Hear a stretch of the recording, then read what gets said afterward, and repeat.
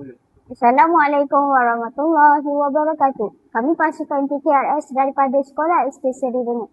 Hari ini kami akan membuat ikatan yang digunakan dalam pembangunan gadget. Hari ini saya akan menunjukkan ikatan simpul buku sila.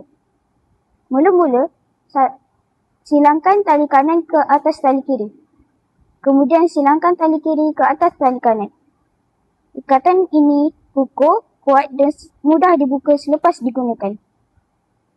Saya akan menggunakan ikatan bunga keti. Mula-mula buat satu bentuk. Masukkan hujung tali yang satu lagi ke dalam gelung. Lilitkan pada tali utama. Masukkan semula ke dalam gelung.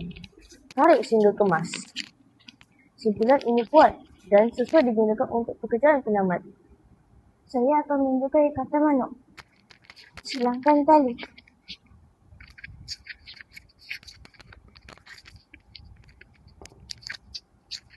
Tarik sehingga ikatan mencekam dengan kemas. Ikatan manuk digunakan sebagai permulaan dan penamat ikatan. Ikatan ini mudah dibuat dan cepat disiapkan. Saya akan menunjukkan ikatan silang. Mulakan dengan ikatan manuk.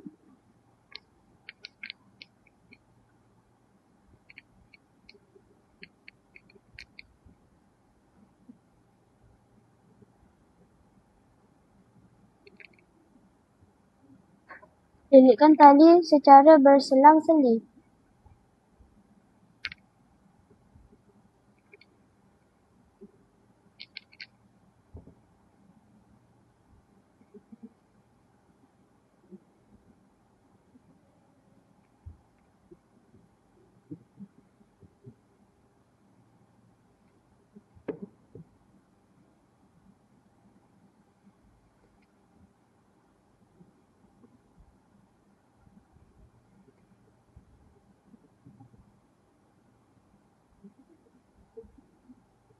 Akhiri dengan ikatan manuk.